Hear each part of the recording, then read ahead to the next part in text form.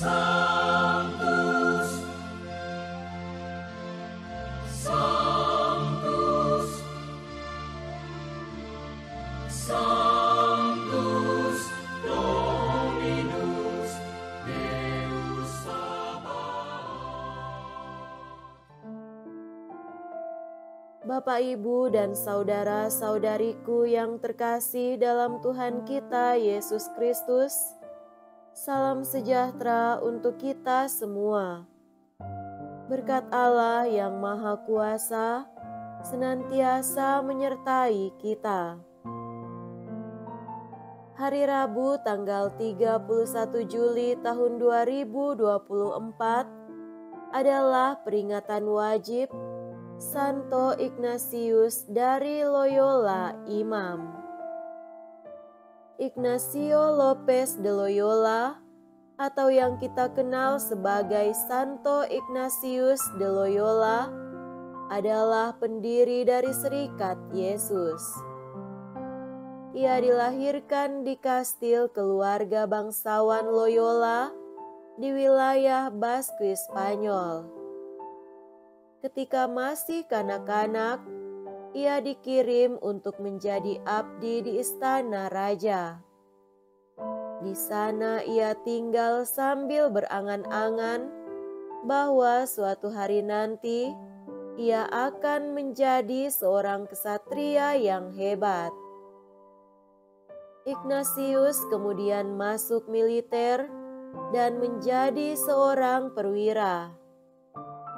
Pada penyerbuan benteng Pamplona, Ignatius bertempur dengan berani, namun ia terkena peluru meriam dan terluka parah.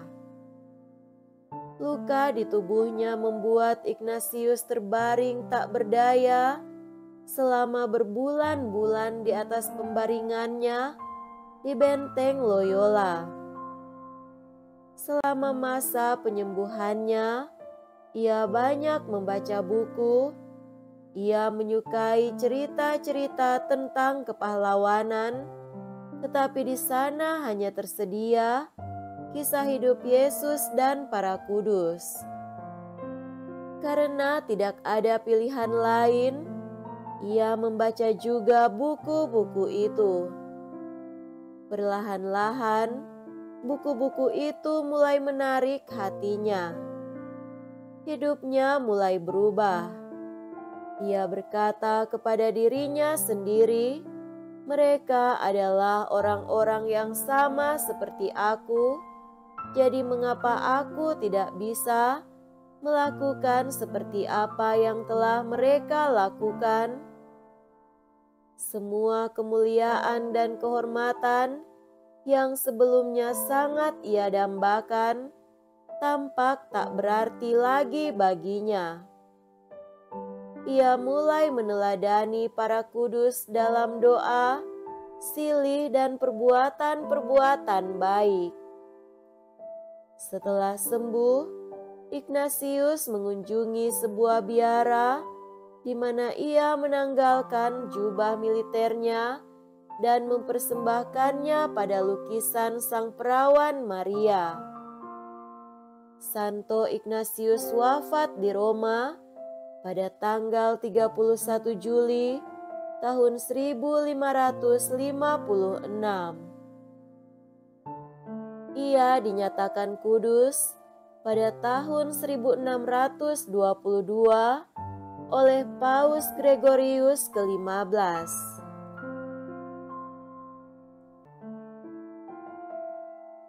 Marilah kita mendengarkan dan merenungkan bacaan-bacaan kitab suci. Dalam nama Bapa dan Putra dan Roh Kudus. Amin. Bacaan pertama dari kitab Yeremia bab 15 ayat 10 dilanjutkan dengan ayat 16 sampai 21. Pada waktu itu Yeremia mengeluh, "Celakalah aku ya ibuku, bahwa engkau telah melahirkan daku. sebab aku seorang yang menjadi buah perbantahan dan buah percederaan bagi seluruh negeri. Padahal aku tidak menghutangkan dan tidak pula berhutang kepada siapapun. Namun mereka semua mengutuki aku. Apabila aku menemukan sabdamu, maka aku menikmatinya. Sabdamu itu menjadi kegirangan bagiku dan menjadi kesukaan hatiku. Sabda namamu telah diserukan atasku ya Tuhan, Allah semesta alam. Tidak pernah aku duduk bersenang-senang dalam pertemuan orang-orang yang bersenda gurau. Karena tekanan tanganmu, aku duduk seorang diri, sebab engkau telah memenuhi aku dengan geram. Mengapa penderitaanku tidak berkesudahan dan lukaku sangat payah, sukar disembuhkan? Sungguh, engkau seperti sungai yang curang bagiku, air yang tidak dapat dipercaya. Maka Tuhan menjawab, "Jika engkau mau kembali, aku akan mengembalikan dikau menjadi pelayan di hadapanku. Dan jika engkau mengucap apa yang berharga dan tidak hina, maka engkau akan menjadi penyambung lidah bagiku. Biarpun mereka akan kembali kepadamu, namun engkau tidak perlu kembali kepada mereka. Terhadap bangsa ini, aku akan membuat engkau sebagai tembok berkubu dari perunggu. Mereka akan memerangi engkau, tetapi tidak akan mengalahkan dikau. Sebab aku menyertai engkau untuk menyelamatkan dan membebaskan dikau, demikianlah sabda Tuhan.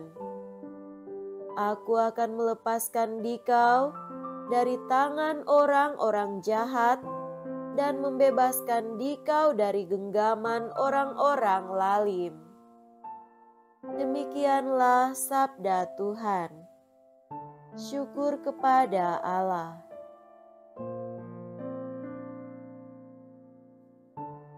Semoga Tuhan beserta kita sekarang dan selama-lamanya. Inilah Injil suci menurut Matius.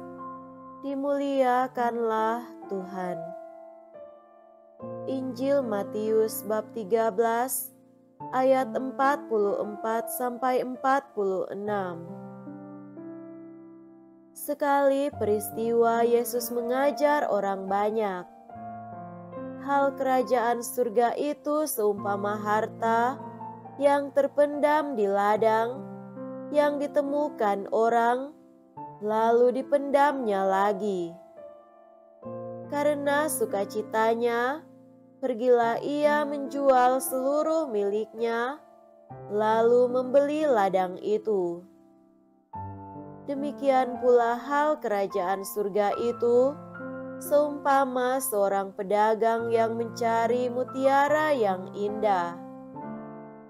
Setelah ditemukannya mutiara yang sangat berharga, ia pun pergi menjual seluruh miliknya, lalu membeli mutiara itu. Demikianlah sabda Tuhan. Terpujilah Kristus.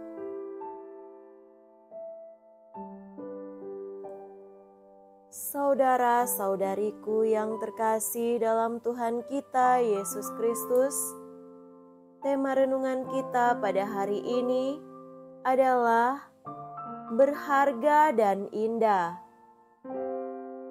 Barangkali kita pernah mendengar cerita tentang orang yang mencari harta karun. Banyak waktu dihabiskan untuk mencari tahu di mana kira-kira ada harta yang tenggelam di laut atau terkubur di perut bumi. Tak jarang orang mesti membuat penelitian sejarah atau mendengarkan cerita atau informasi ini dan itu. Acap kali orang juga mesti mengeluarkan banyak biaya untuk menemukan harta karun itu. Karena harta karun sungguh berharga dan dipandang akan berguna bagi kehidupan orang yang menemukannya pada hari yang akan datang. Orang dapat menjadi kaya sekali dan dapat memenuhi kebutuhan hidupnya sehingga ia dapat menjalani hidup dengan tenang, damai, dan bahagia. Begitu pula dengan logam mulia atau batu berharga, misalnya mutiara. Orang akan bekerja siang maupun malam untuk menemukan mutiara itu. Tak jarang orang mesti menggali lubang yang dalam untuk menemukannya. Seringkali orang mempertaruhkan hidupnya untuk mendapatkan batu mulia itu. Atau orang yang sudah kaya dan mencintai mutiara akan rela mengeluarkan uang banyak demi membeli mutiara yang indah. Karena orang mencintai apa yang indah dan mulia. Saudara-saudari terkasih, Yesus mengajarkan kita bahwa kerajaan Allah itu amatlah berharga dan indah. Kerajaan Allah itu bagaikan harta yang terpendam di ladang. Karena harta itu berharga, maka harta itu dicari. Setelah ditemukan, orang rela menjual seluruh miliknya yang lain untuk mendapatkan harta itu. Yesus mengumpamakan juga kerajaan Allah dengan mutiara yang indah. Setelah menemukan mutiara yang indah itu, orang menjual seluruh miliknya yang lain untuk membeli mutiara itu. Dengan perumpamaan tersebut, Yesus mengajarkan kita 3 hal ini. Pertama, kita para pengikutnya mesti mengarahkan hidup kita untuk mencari dan menemukan serta memperoleh harta dan mutiara itu, yakni kerajaan Allah. Seluruh perhatian kita mesti diarahkan untuk mencari harta dan mutiara itu. Seluruh upaya kita mesti dikerahkan untuk menemukan kerajaan Allah itu. Kedua, bila sudah menemukannya, kita mesti menjual atau meninggalkan seluruh milik kita yang lain demi kerajaan Allah yang berharga dan indah itu. Kita mesti menomorsatukan kerajaan Allah di atas segala harta milik kita.